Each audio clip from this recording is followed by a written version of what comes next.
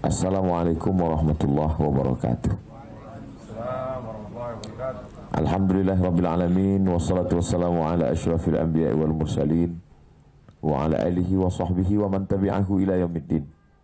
Jamaah yang dimuliakan Allah Subhanahu wa taala. Malam ini kita dipertemukan. Pertemuan ini sudah ditetapkan Allah Subhanahu wa taala ketika Allah menciptakan alam semesta.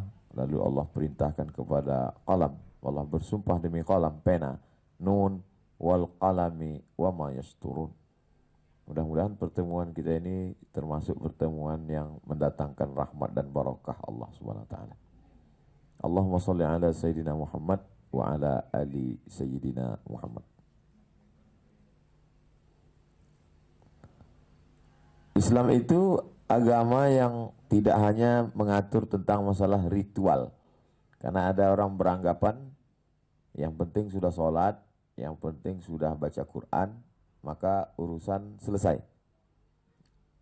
Lalu dia menyakiti hewan, menyiksa binatang, bahkan menikmati.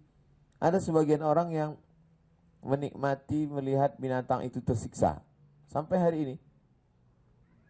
Orang barat itu sampai hari ini masih menikmati bagaimana matador ketika ditusukkan tombak ke pundak banteng, dibuat dia menjadi marah dengan kain merah. Setelah dia mengamuk, letih, lalu puncaknya disakiti. Dan mereka menikmati itu. Maka pencinta hewan di Eropa menentang itu. Tapi masih tetap berlanjut karena yang suka juga banyak. Nah, Islam, kalau orang belajar tentang Islam ini secara mendalam, dia akan lihat bagaimana Nabi Muhammad SAW itu betul-betul wa ma arsalnaka illa rahmatan lil alamin. Kedatangan Nabi itu menjadi rahmat bagi semesta alam. Tidak boleh menyiksa binatang dalam Islam. Jadi menyikapi binatang ini ada dua kelompok di dunia ini. Satu kelompok menikmati untuk menyiksa binatang. Ada yang membakar binatang, ada yang membunuh binatang dengan cara kejam, ada yang menyiksa binatang. Satu kelompok lagi sampai tidak mau memakan binatang. Hewan itu tidak mau dimakan. Akhirnya dia cuma makan sayur-sayuran aja. Sahabat-sahabat kita dari vegetarian. Sedangkan Islam ini kelompok tengah. Wa kadzalika ja'alnakum ummatan wasata. Kami jadikan kamu kelompok yang pertengahan. Dalam Islam boleh memakan binatang. Kulu, makanlah. Tapi cara makannya disembelih dulu. Dan menyembelihnya juga halus. Idza qataltum fa ahsinul qitlah. Kalau kamu membunuh, bunuh dengan baik. Bagaimana membunuh dengan baik? Sekali pukul mati. Mukul lalat, misalnya lalar. Atau memukul ular, atau mukul kalajengking.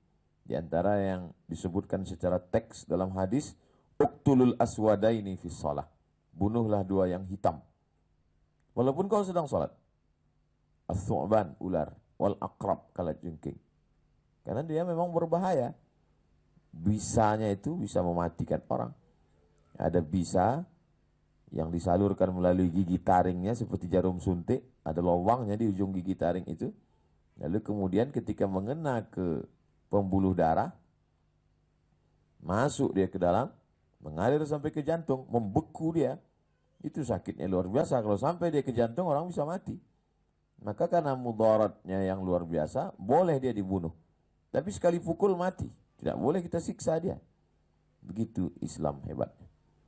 Lalu kemudian kalau yang modelnya disembelih dimakan, idza dzabhtum fa ahsinuz dzabhah.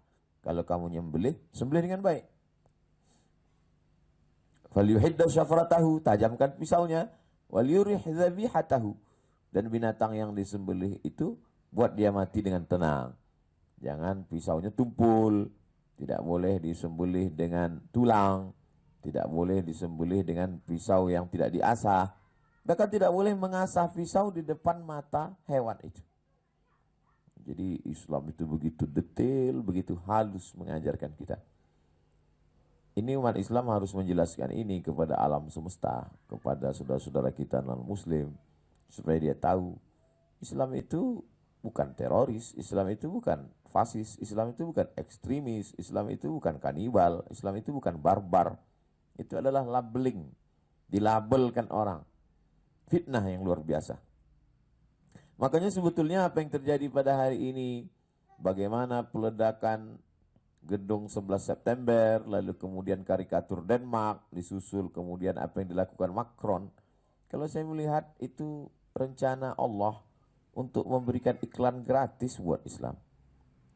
Setelah seminggu berlalu, apa yang kita lihat hari ini?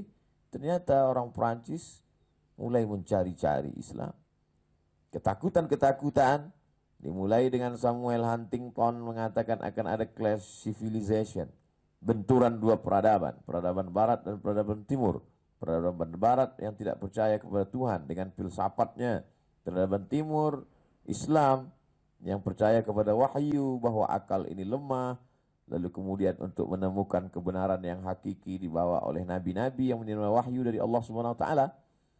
Maka ini nanti pasti ditunjukkan Allah. Sanurihim ayatina fil afaq. Kami akan tunjukkan. Saya yakin dan percaya, keyakinan saya mendalam bahwa pencinta-pencinta hewan akan mencari, menggali ajaran Islam. Ketika dia menemukan bagaimana membunuh binatang dengan cara yang benar, bagaimana menyembelih binatang dengan cara yang betul, syar'i sesuai syariat Islam, di situ mereka akan berkata, Rabbana ma khalaqta hadza batila. Tidaklah yang kau ciptakan ini sia-sia ya Allah. Tidak boleh menyiksa hewan yang tidak menyakiti. Ketika Nabi dengan sahabat sedang musafir, lalu ada salah seorang itu mengambil api, dia nyalakan di bawah sarang semut. Melihat semut itu berlarian, mungkin dia ada satu kenikmatan melihat semut itu berlari-lari. Maka melihat itu Nabi marah. Apa kata Nabi? La yu'adzibu bin nar illa rabbun nar. Tidak boleh menyiksa dengan api kecuali Rabb, Allah pemilik api. Bagaimana pasukan bala tentara. Dalam Al-Quran ada satu surat namanya surat An-Namal, surat semut. Ada surat An-Nahl, surat An-Nahl, madu, lebah, surat lebah. An-Namal, semut. Beda mim dengan ha. An-Namal, semut, An-Nahl, lebah. Panglima pasukan semut berkata kepada seluruh semut-semut, udkhulu masakinakum. Hai pasukan semut, semua semut masuk ke sarang-sarang kalian. Karena pasukan Sulaiman sedang lewat. Ketika itu Nabi Sulaiman menyuruh seluruh pasukannya, stop, jangan berjalan. Berikan waktu kepada semut untuk masuk ke sarang-sarangnya. Mungkin sebagian orang akan mengatakan ini kisah Nabi Sulaiman seperti dongeng-dongeng saja. Nanti sebelum hari kiamat dibuktikan, ditunjukkan Allah Ta'ala bahwa mereka punya kehidupan.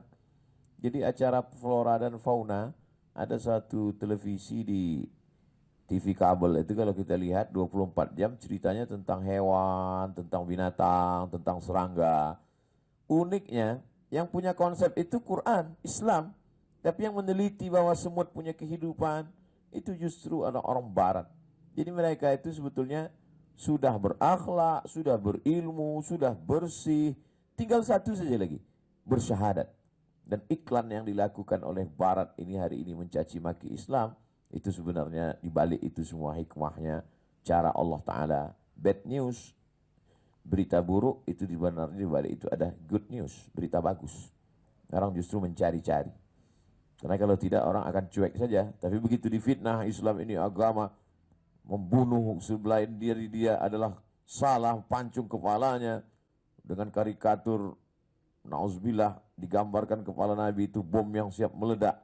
Maka nanti akan ditunjukkan Allah. Allah berjanji, sanurihim ayatina fil afaq. Kami akan tunjukkan tanda-tanda kebesaran kami di atas semesta alam. Hatta wa fi anfusihim, bahkan di dalam diri mereka ada tanda-tanda kebesaran kami. Hatta yatabayyana lahum annahul haq. Sampai jelas bagi seluruh manusia ini bahwa Allah itu maha benar dan ajaran yang dibawa Nabi Muhammad SAW itu adalah ajaran yang benar. Lalu kemudian ada hewan-hewan ini yang tidak dimakan tapi dipelihara. Di antaranya adalah kucing.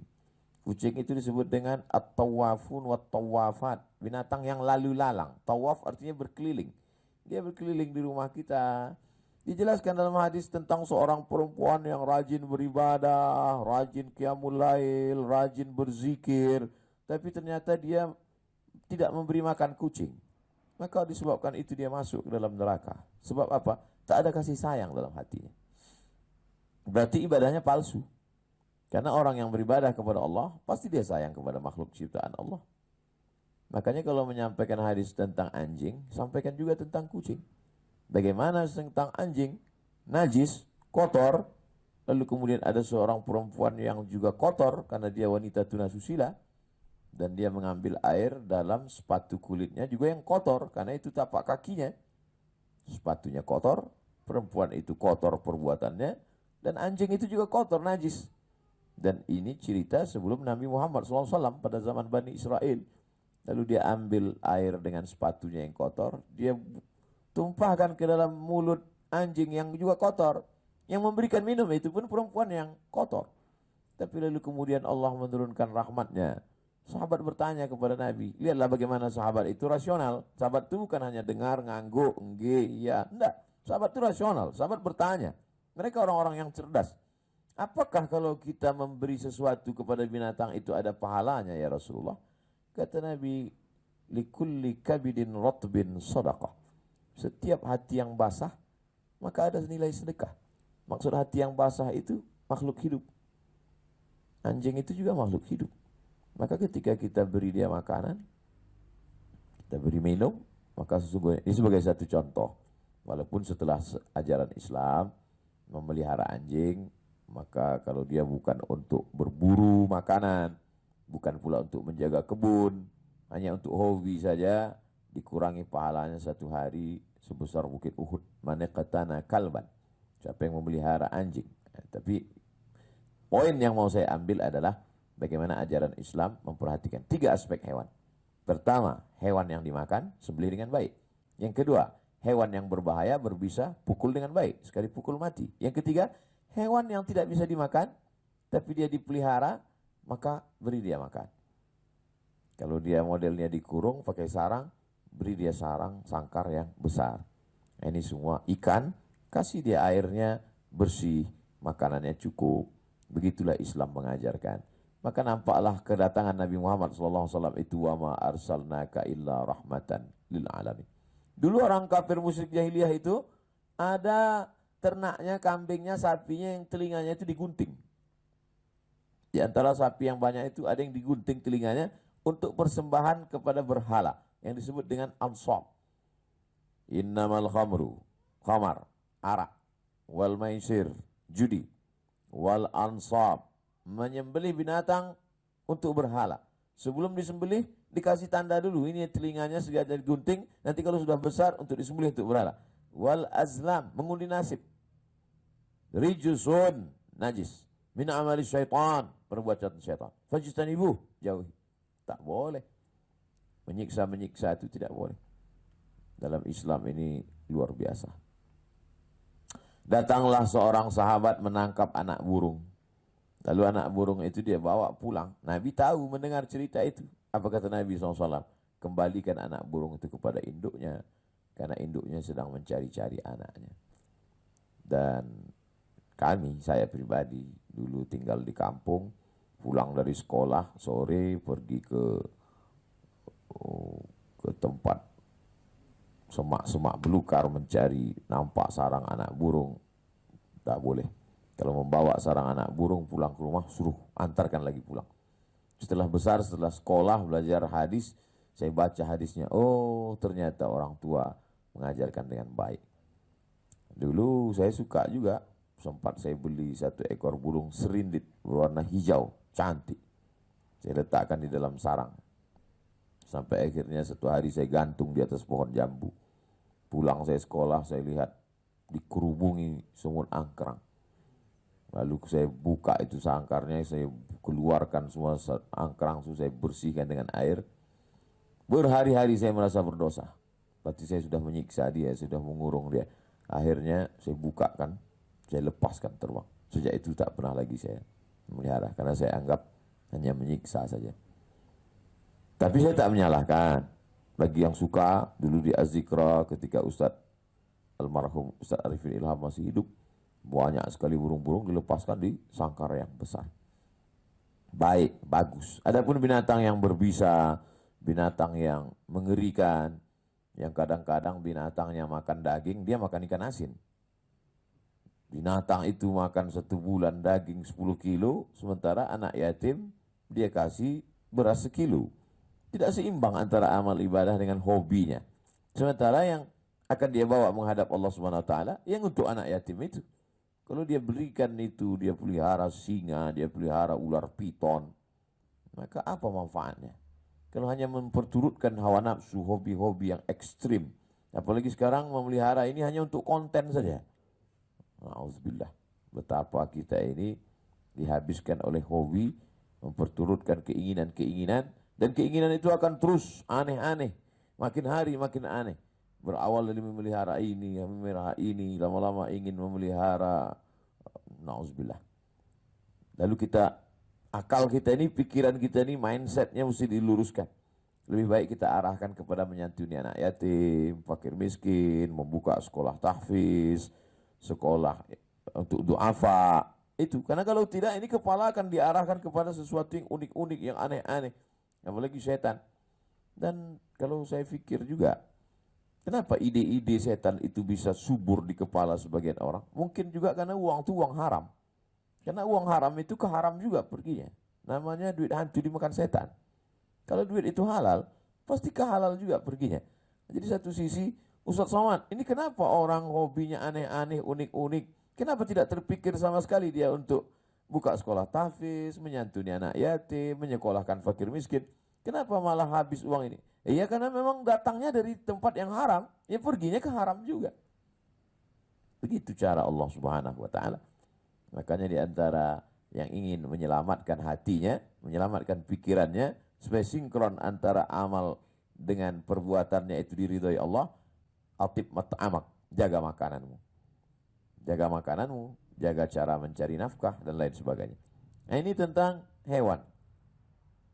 Lalu kemudian bagaimana dengan tanam-tanaman? Kalau hewan itu kan ada matanya, ada telinganya, ada tangannya, ada kakinya, ada suaranya, ada geraknya, ada responnya.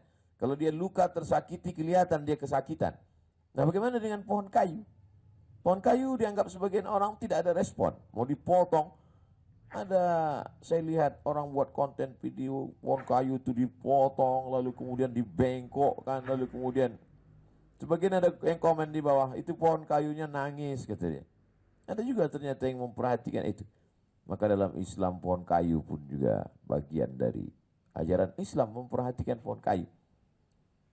Di tengah gurun pasir yang panas, itu ada tumbuh satu batang pohon. Namanya pohon sidir. Daunnya bisa tempat orang bernaung di bawah. Gurun pasir mendidih 40 derajat Celcius. Ketika ada hewan-hewan yang bernaung di bawah, musafir dalam perjalanan panjang, panas terik bernaung di bawah. Datang orang memotongnya. Dalam Islam diajarkan.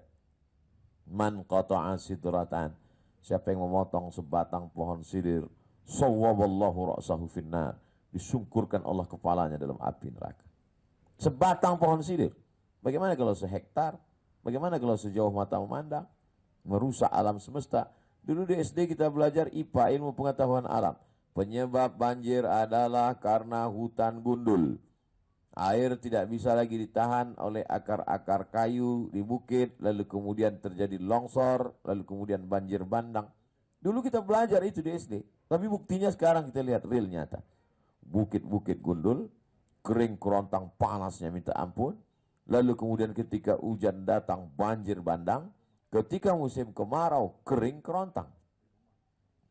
Negeri kita ini memang betul cantik, indah, gemah ripah, loh jenawi, untaian zamrud, katulistiwa, tongkat dan batu jadi tanaman. Tapi kalau dilihat dari sisi bencana, sampai-sampai ada yang mengatakan negeri ini supermarketnya bencana. Musim panas, kemarau panjang, kebakaran hutan. Musim hujan, banjir bandang, gunung meletus. Lempengan-lempengan buminya memang amat sangat berkemungkinan terjadi tsunami. Dari mulai ujung Aceh, pantai barat Sumatera, turun ke bawah Banten, Jakarta, sampai ke Jawa, sampai ke Bali, sampai ke timur, sampai ke Papua. Itu zona merah semua, bencana. Maka kalau tidak diimbangi dengan menjaga alam, bersyukur kepada Allah. Memang alamnya luar biasa. Di sana ada batu bara, ada emas, ada uranium, ada nikel, ada minyak, luar biasa. Tapi juga ini pulau-pulau ini. Orang kalau melihat pulau-pulau kita, itu mereka bertanya selalu. Orang Mesir tempat kami belajar dulu, orang Maroko bertanya, kalian tinggal di pulau ya? Iya. Jadi keliling kalian air semuanya. Dibayangkannya pulau itu seperti meja saja. Saya bilang pulau itu besar. Karena mereka tinggal di Afrika. Besar sekali benua. Sedangkan kita pulau-pulau. Bahkan Indonesia itu pun artinya Indo artinya India. Nesia artinya pulau. Indonesia pulau-pulau yang berada di Bali India. Orang Arab menerjemahkannya Al-Juzur Al-Hindiyah. Al-Juzur pulau-pulau, Hindiyah Indo. Indonesia pulau-pulau yang berada di Bali India. Itulah nama sebutan untuk kita. Nusantara. Nusa artinya pulau. Antara di luar, di antara. Di atas benua Asia, di bawah benua Australia. Di antara Australia dengan Asia ada beberapa pulau-pulau, ribuan pulau. Itulah dia dinyanyikan dalam lagu kita ketika SD dulu, dari Sabang sampai Merauke berjejer pulau-pulau, sambung menyambung menjadi satu. Itulah Indonesia.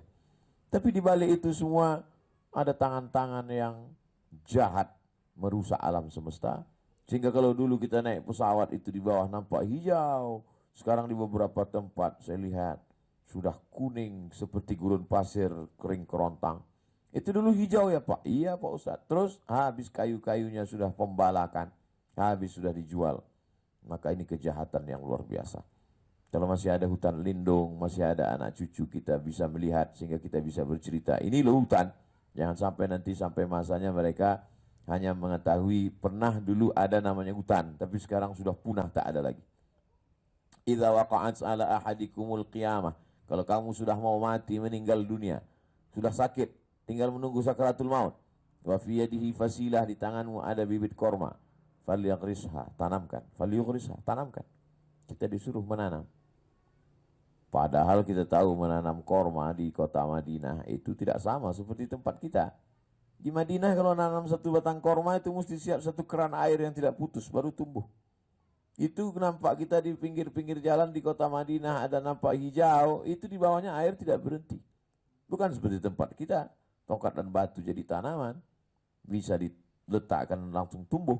Karena memang kita iklim tropis, lembab, cahaya mataharinya luar biasa, derajatnya hanya ada 33, 34, 35 derajat Celcius, stabil sepanjang tahun. Tapi di Makkah panas, sangat panas sekali, dingin, sangat dingin sekali, kering, sangat kering sekali. Tapi Nabi mengajarkan justru menanam tanaman. Itu menunjukkan bahwa ajaran Islam itu bukan ajaran yang terikat dengan keadaan. Seandainya Nabi mengajarkan bercocok tanam, Islam itu misalnya di tepi sungai Gangga, tak ada yang heran.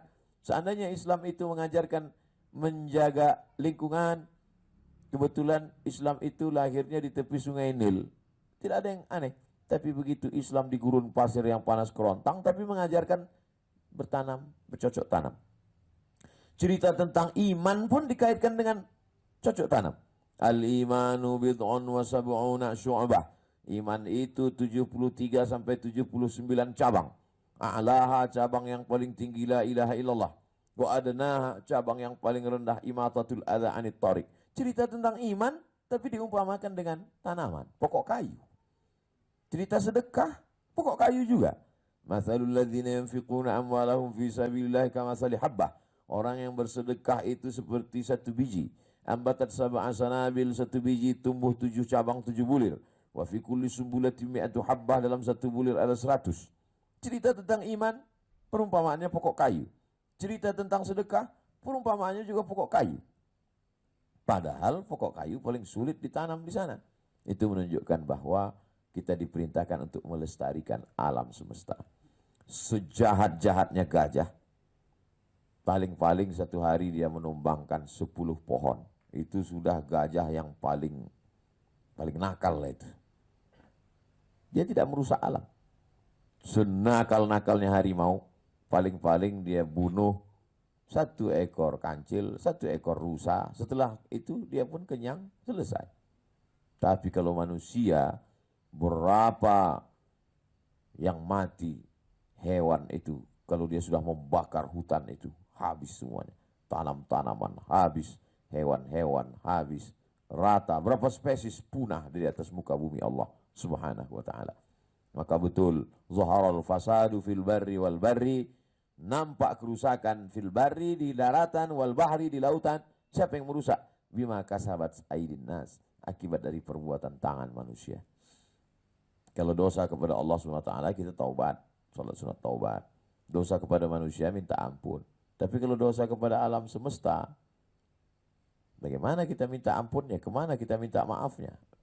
Dosa menghancurkan hutan, menebang pokok kayu, sehingga beberapa kecamatan habis, banjir bandang, ikan-ikannya, karambanya punah, musnah.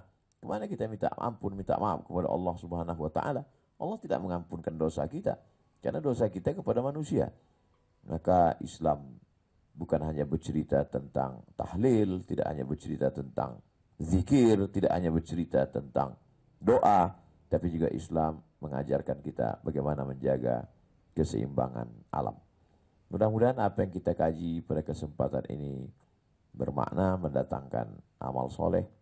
Itu yang kita kaji malam ini. Kita tidak kaji tentang hubungan dengan Allah, hablum minallah. Tidak pula kita bahas hubungan dengan manusia, hablum minan nas, tapi khusus hubungan dengan hewan dan pokok kayu. Terakhir tentang air. La yabulanna ahadukum fil ma'id da'im la yajri. Jangan kamu kencing di air yang tidak mengalir. Kenapa? Karena boleh jadi akan ada musafir minum dan berwudu di sana. Kalau membuang limbah pribadi saja tidak boleh, apalagi limbah pabrik. Mengarahkan limbah pabrik lalu diarahkan di situ. Dulu orang memancing ikan-ikan kecil, masih hidup. Sekarang kalau sudah masuk limbah itu, habis semuanya. Keong pun tidak bisa hidup di dalam. Habis, punah, musnah. Siapa yang merusak ekosistem dunia? Siapa yang merusak alam semesta? Manusia itu sendiri. Makanya kata Allah Ta'ala, Inni ja'ilun fil ardi khalifah. Aku menciptakan di atas muka bumi ini ada pemimpin. Kenapa kita ini disebut pemimpin? Pemimpin itu hanya bupati, gubernur, presiden, menteri, direktur, bukan. Pemimpin itu adalah kita. Setiap kita ini memimpin alam semesta. Bagaimana kita tidak menyakiti tanam-tanaman, bagaimana kita menjaga kelestarian kehijauan alam, bagaimana kita tidak menyiksa binatang. Kita pemimpin. Kullukum ra'in, setiap kamu pemimpin. Wa kullukum mas'ulun an ra'iyatih. Setiap kamu akan diminta pertanggungjawaban atas segala yang kamu pimpin. Binatang-binatang itu bersimpuh sujud. Tanam-tanaman itu bertasbih kepada Allah. Makanya Nabi membelah pelepah korma, dia tusukkan ke makam. Kenapa engkau tusukkan pelepah korma ini ke makam ya Rasulullah? Kata Nabi, aku mendengar orang yang meninggal itu kena azab karena dia kencing tidak cebok. Maka kalau kencingnya tidak cebok, maka sholatnya tidak sah, pakaiannya bernajis. Itu maka dia kena azab. Lalu untuk apa kau pelepah korma itu kau tancapkan? La'allallaha an yukhaffifa 'adzabahu ma lam yaibasa. Pelepah korma ini bertasbih. Maka ketika pelepah korma ini bertasbih, maka orang yang ada di kubur itu dapat rahmatnya dengan tasbih. Pelepah korma bertasbih. Planet-planet bertasbih. Makanya ketika kita mendengar petir menyambar, Subhana man yusabbihu bihi ar-ra'du wa bihamdi. Maha suci Allah. Yang makhluk-makhluk planet pun bertasbih, mengagungkan Allah. Planet-planet bertasbih. Malaikat-malaikat bertasbih. Ketika Allah mau menciptakan manusia, apa kata malaikat? Ataj'alu fiha man yufsidu fiha wa yasfikud dima. Untuk apa kau ciptakan mereka ya Allah? Mereka hanya akan berkelahi melumpahkan darah. Wa nahnu nusabbihu bihamdika wa nuqaddisu lak. Kami bertasbih mengagungkanmu. Malaikat bertasbih. Pokok kayu bertasbih. Planet-planet bertasbih. Tapi manusia begitu angkuh dan sombongnya, tidak bertasbih, malah merusak alam. Makanya ketika Nabi Yunus alaihissalam ditelan oleh ikan, apa yang dia katakan di tengah kegelapan itu? Dia bertasbih, mengikut alam semesta. La ilaha illa anta subhanaka inni kuntu minaz zalimin. Itu yang kita baca di akhir salat kita. Allahumma firli ma qaddamtu wa ma akhartu wa ma asrartu wa ma a'lantu wa ma asraftu wa ma ta'alahu bihi minni antal muqaddim wa antal muakhiru. La ilaha illa anta subhanaka inni kuntu minaz zalimin. Itu yang dapat kita kaji pada kesempatan kali ini. 30 menit bersama kita bahas 3. Air, tanaman, hewan. Mudah-mudahan bermanfaat. Terima kasih. Wassalamualaikum warahmatullahi wabarakatuh.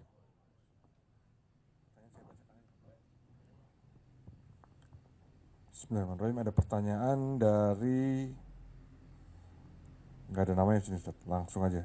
Jamaah yang ada di sini. 1. Apa batasan penanganan hewan peliharaan seperti burung dan ikan hias?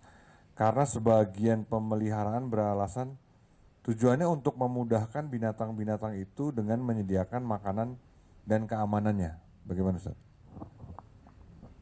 Kandangnya besar. Jangan sampai ikan-ikan besar, ikan-ikan yang setengah meter, koi, tiba-tiba kolamnya cuma dia nggak bisa bergerak. Bayangkan seperti kita ditempatkan di kamar kecil di penjara. Lalu kemudian airnya, kalau dia binatang air, ikan, kura-kura, airnya bersih. Kemudian makanannya. Kemudian dia beramai, berpasang-pasang, beramai-ramai. Begitu juga dengan burung, kandangnya besar, makanannya cukup.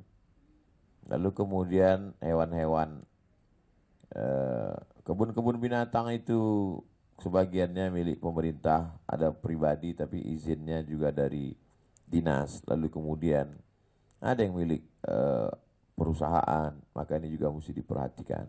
Karena kalau tidak kita sudah berbuat zalim, berbuat aniaya terhadap makhluk Allah Subhanahu wa taala. Ada seorang ulama namanya Imam Ibrahim bin Adham. Suatu ketika dia membeli kurma dari pasar, dia pulang ke rumah, dia buka kurma itu, ternyata ada semut di dalam kurma itu. Lalu dia pergi lagi ke pasar.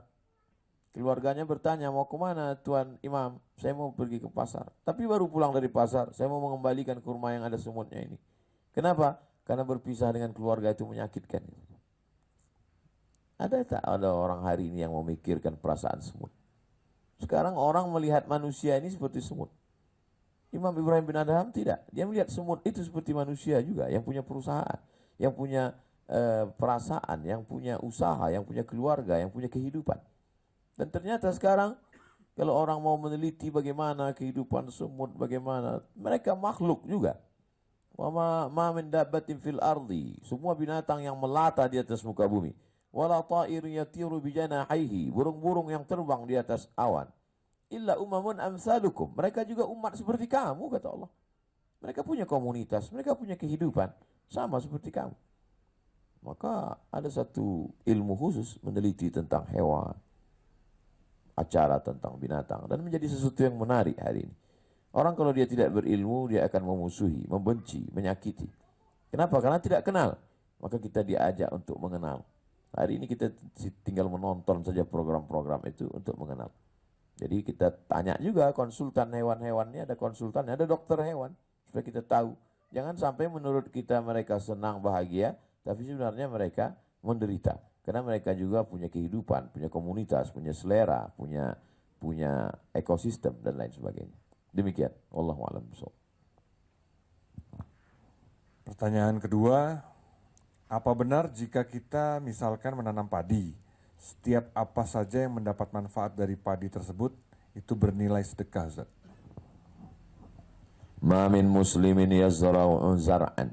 Kalau ada orang muslim yang menanam tanaman, fayakuluhu tayrun, lalu buahnya dimakan oleh burung, au bahimatun, dimakan oleh hewan. Maksudnya bahimatun kaki 4, kambing, sapi, kerbau. Au insanun, atau dimakan orang. Maka itu menjadi sedekah bagi dia. Maka kalau kita tanam padi, tanam jagung, dimakan oleh burung. Tapi jangan semuanya dimakan burung. Mana untuk kita lagi? Sebagiannya dimakan burung. Maka dibuat orang-orangan untuk mengusir burung. Dibuat di situ patung singa supaya kambing-kambing takut. Nanti diambil oleh sebagian orang. Tapi kita jaga, kita buat pagar. Maka itu bagian yang mereka makan itu terhitung sebagai sedekah. Itu hadis Nabi sallallahu alaihi wasallam. Makanya kita sesempit-sempitnya mesti ada tanaman. Tanam bunga, tanam apa, tanam. Orang Jepang itu tidak banyak ruang, tidak banyak tanah, tapi yang sedikit pun dia manfaatkan. Kalau di atas loteng tetap dia buat ada tanam-tanaman. Dan ada hewan-hewan peliharaan. Ada salah seorang sales pemasaran rumah. seorang sales pemasaran rumah. Ketika itu saya cerita tentang hewan. Lalu dia pun mengatakan, Ustaz Somad, pengalaman saya memasarkan rumah, kalau di rumah itu ada tanaman dan hewannya, biasanya rumah itu lebih cepat laku. Pengalaman pribadi beliau. Kalau di rumah itu ada tanaman dengan hewannya, rumah itu lebih awet, lebih terjaga. Tapi kalau rumah itu tidak ada tanaman, tidak ada hewannya, rumah itu gersang, rumah itu seperti rumah tinggal, rumah itu seperti rumah hantu, rumah itu seperti rumah lapuk, dan lain sebagainya. Kita bicara tentang hewan, dia langsung datang malam ini. Ulat bulu. Tapi induknya nampak. Wallahu a'lam bishawab. Pertanyaan ketiga, kondisi alam yang indah ini identik dengan tempat hiburan. Tempat hiburan ini identik dengan maksiat. Apa yang lebih tepat dilakukan oleh kita yang tinggal di tengah-tengah lingkungan tempat hiburan? Apa lebih baik pindah atau menetap terus memperbanyak ibadah? Saya baru pulang dari Lombok. Ada satu pulau yang cantik, namanya Gili Gede. Gili artinya pulau kecil. Tapi karena di antara pulau-pulau kecil dia yang besar, maka disebut Gili Gede. Lalu kemudian sebagian tanah sudah dibeli oleh investor asing. Karena orang asing tidak boleh punya tanah di Indonesia, maka dipakai nama orang Indonesia. Tapi masih ada saudara-saudara kita yang mempertahankan dengan membuka wisata Islam, wisata syariah. Yang mau tinggal di sana mesti bawa KTP, pasangan suami istri, tidak mau bawa orang lain. Lalu kemudian pula makanannya halal. Dan ternyata peminatnya ada hidup sampai hari ini. Dipasarkan, diiklankan. Maka jangan tinggalkan, karena kalau kita tinggalkan habislah dia. Man ra'a minkum mungkaran, siapa yang melihat kemungkaran falyughayyirhu biyadihi. Rawah dengan tangan, yang punya kekuasaan, perizinan. Fa illam yastati', kalau kamu tidak sanggup, fa bilisani, dengan lidah, sampaikan. Termasuk yang kita lakukan malam ini dengan tausiah, dengan kajian.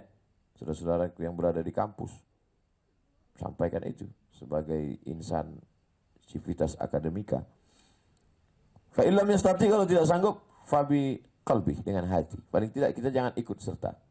Ada perlawanan, ada ketidaksukaan, ada ketidaksetujuan dengan itu. Sebagai bentuk perlawanan sebagai orang beriman kepada Allah Subhanahu wa taala.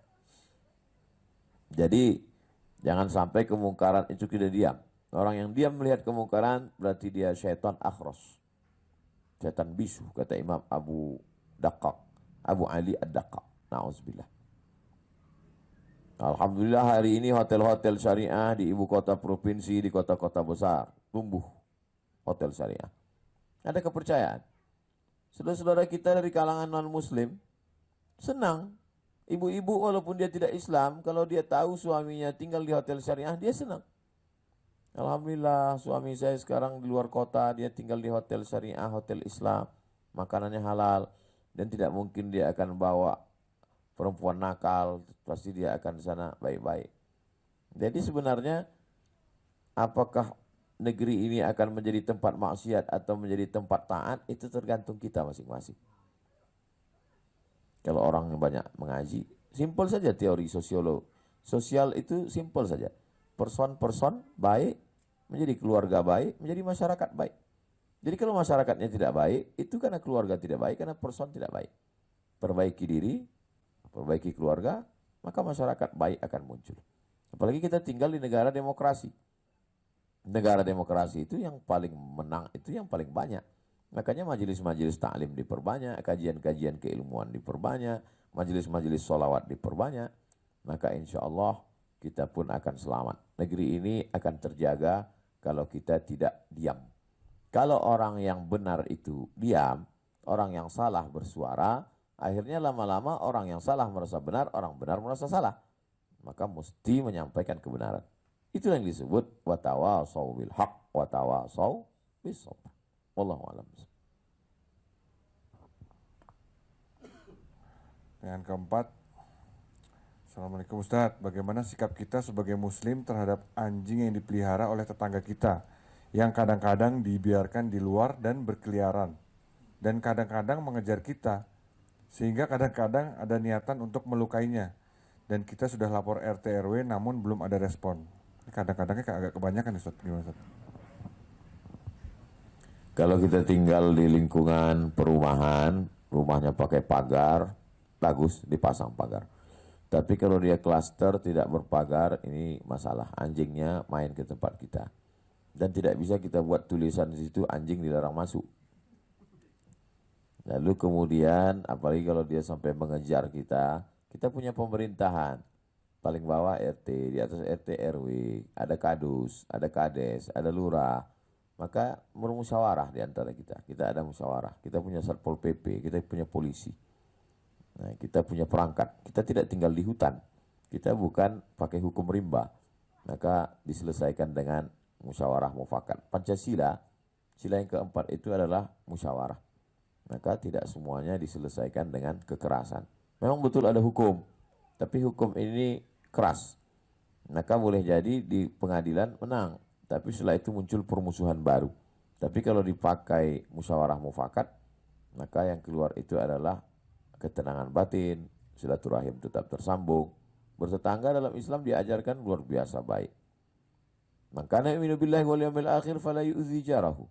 Siapa yang beriman kepada Allah dan hari akhirat, jangan menyakiti tetangga. Siapa orang yang beriman itu? Orang beriman adalah orang yang selamat dirinya, selamat orang lain, dari lidahnya, dari lisannya. Al-muslim man salim al-muslimun min lisanihi wa yadih. Orang muslim adalah selamat orang lain dari lisannya yang tajam, dari tangannya yang kasar. Sampai-sampai dulu sebelum turunnya ayat tentang warisan, sesama saling bertetangga itu saling mewarisi. Sampai akhirnya turun ayat-ayat warisan, sesama tetangga tidak lagi mewarisi, yang mendapatkan warisan hanyalah ada hubungan nasab saja. Demikian, Allahu a'lam. Pertanyaan terakhir. Bolehkah membeli hewan yang lazim dipelihara, tapi bukan untuk dikonsumsi, seperti kucing, beberapa jenis reptil seperti kura-kura, dan lainnya? Bagaimana juga orang yang menternakkan dengan tujuannya untuk dijual, kucing, reptil, dan sebagainya? Jual beli kucing hukumnya mubah. Kucing yang haram dijual itu kucing liar, kucing hutan, kucing ganas. Kalau kita kucing hutan, itu tidak boleh. Adapun kucing yang itu hukum menjual kucing itu hukumnya mubah. Bisa dilihat dalam fatwa-fatwa para ulama. Lalu kemudian tentang hewan reptil seperti kura-kura, dalam mazhab Syafi'i haram, tapi dalam mazhab Maliki makruh. Masalah binatang 3 mazhab. Yang paling ketat Hanafi. Hanafi sangat ketat dalam masalah hukum hewan. Yang paling longgar Maliki. Maliki itu longgar sekali. Yang paling pertengahan, tidak ketat, tidak longgar, mazhab Syafi'i. Nah, jadi mazhab Maliki itu yang haram hanya yang disebutkan dalam Quran saja. Lain daripada itu makruh. Maka kalau ada orang memelihara kura-kura, maka dia makruh. Asal jangan dipeliharanya kura-kura ninja. Memelihara kura-kura. Tapi kalau sampai habis waktunya gara-gara kura-kura itu, dia masuk mubazir. Innal mubazirina kanu ikhwanas syayatin. Sampai tidak baca surat Al-Kahfi malam Jumat gara-gara asik memperhatikan kura-kura. Sampai tidak pergi yasinan tahlilan. Si Anu kenapa nggak pernah datang? Sibuk kura-kura. Memangnya nanti kalau kau mati disolatkan kura-kura? Nah, ini perlu juga diperhatikan. Hanya sebatas hobi saja. Tapi hobi ini kan Allah bisa karena biasa. Kadang-kadang orang awalnya ikut-ikutan aja style. Melihat orang punya kura-kura, beli pula kura-kura. Nanti orang punya ikan, beli ikan. Ikut-ikutan aja. Wa in tuti aksara man fil ardi yudilluka an sabilillah. Kalau kau ikut kebanyakan orang, menyesatkanmu. Saya lihat banyak tren aja. Dulu musim pinang merah, semua tanam pinang merah. Sekarang janda bolong, semua janda bolong. Ikut-ikutan ya. Dia pun sebetulnya tidak begitu ngerti, tidak begitu paham. Tapi ikut-ikut arus saja. Tak punya pendirian.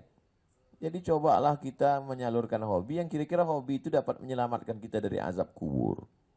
Kalau mau koleksi ya koleksi, dalam tanda kutip, koleksi anak yatim. Saya pernah ke satu daerah, berapa ini Pak yatimnya di sini? 1.700 orang. Berapa makannya satu bulan? 800 juta sebulan.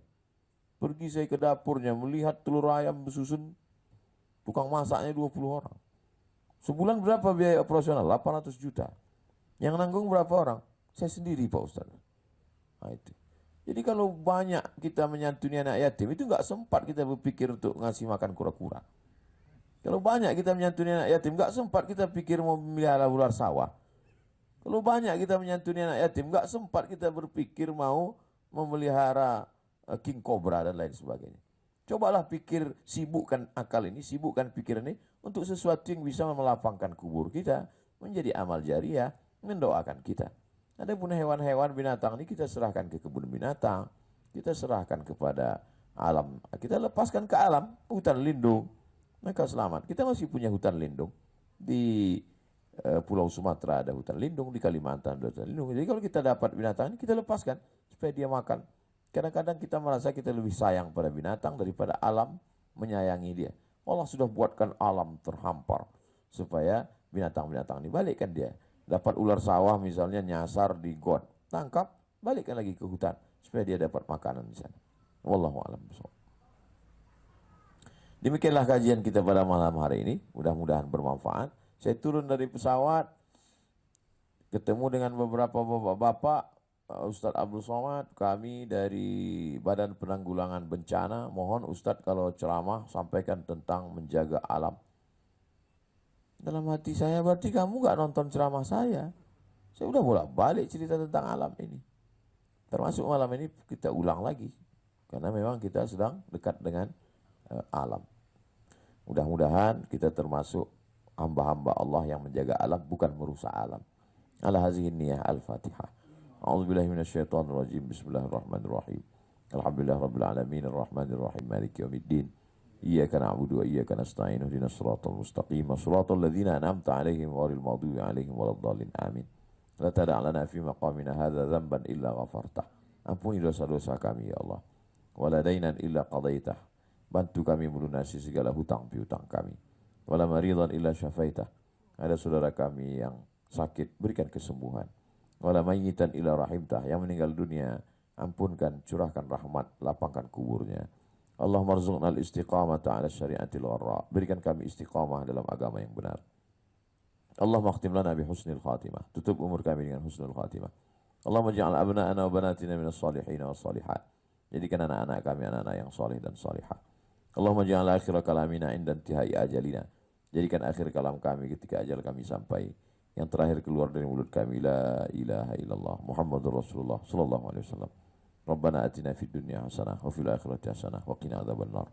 Wa sallallahu ala sayyidina Muhammad wa ala alihi washabbihi wasallam. Walhamdulillah rabbil alamin. Terima kasih segala perhatian.